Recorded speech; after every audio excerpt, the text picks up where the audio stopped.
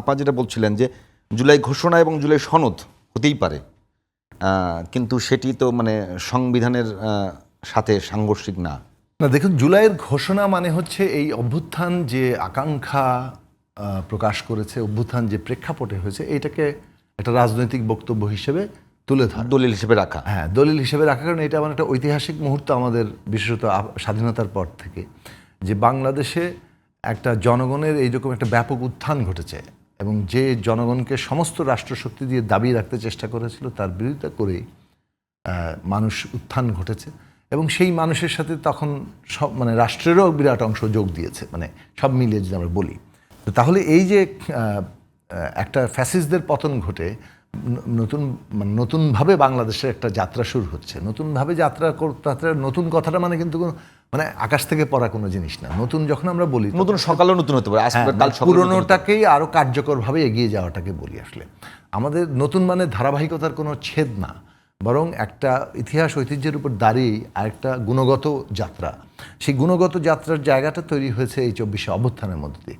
ফলে সেইটার একটা ঘোষণা মানে নিশ্চিত থাকতে পারে। এবং সেখানে যেহেতু এটা একটা মানে কালেকটিভ লড়াই, একটা সম্মিলিত সামষ্টিক লড়াই, হ্যাঁ, বিভিন্ন রাজনৈতিক দল, শ্রেণী পেশা এবং সর্বোপরি ছাত্ররা এখানে একটা অগ্রণী ভূমিকা রেখেছে। তো এই সকলে মিলে আমরা একটা ঘোষণায় পৌঁছাবো।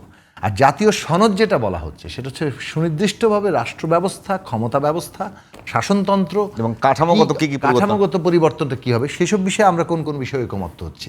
বলে দুইটা আলাদা জিনিস। জুলাইয়ের প্রেক্ষাপট এবং আকাঙ্ক্ষাকে রাজনৈতিকভাবে একটা দলিল আকারে গ্রহণ করা, যেটা জুলাই ঘোষণা, আর রাষ্ট্র ব্যবস্থার কাঠামোগত, আইনগত, ক্ষমতা ব্যবস্থাগত পরিবর্তন, সংবিধান পরিবর্তনের জন্যই সেই আপনারা সনদ করছেন না? হ্যাঁ, সংবিধান পরিবর্তনেরই সনদ হচ্ছে। এখন দুটো জিনিস আছে, একটা হচ্ছে যে নতুন সংবিধান যে কখনো হতে পারে না তা না। নতুন সংবিধানের যদি সিদ্ধান্ত হয় তাহলে নতুন সংবিধান করবে যখন।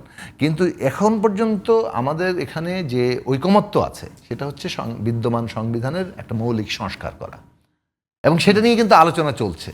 এবং ঐকমত্য কমিশন কিংবা এর আগে সংস্কার কমিশনই গঠিত হয়েছে। মানে গভর্নমেন্ট কিন্তু নতুন সংবিধানের কথা বলেনি, গভর্নমেন্ট বলেছে আমরা সংবিধান সংস্কার কমিশন করছি, বিদ্যমান সংবিধানের মৌলিক সংস্কার করা হবে, সে বিষয়ে তারা প্রস্তাবনা দিয়েছেন। সেগুলো নিয়ে রাজনৈতিক দলগুলো ঐকমত্য হওয়ার চেষ্টা করছে।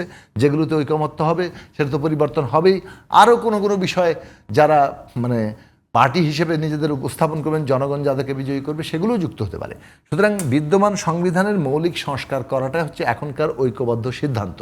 কিন্তু কোনো কোনো দলের, ইনক্লুডিং আস, যে আমরা মনে করি যে একটা রাজনৈতিক পরিবর্তনের মধ্যে দিয়ে যদি সংখ্যাগরিষ্ঠ মানুষের উপর আমাদের ইনফ্লুয়েন্স থাকে, আমরা মানে সংবিধান বদলে এক নতুন সংবিধান করি, সেটা যে এটা পৃথিবীর বিভিন্ন দেশে রাজনৈতিকভাবে এসছে, আমাদের এখানেও আসছে, এবং আমরা সেটা কেউ যখন যাবে, কিন্তু এখন সেটা কিন্তু ঐক্যবদ্ধ কোনো সিদ্ধান্ত নয়।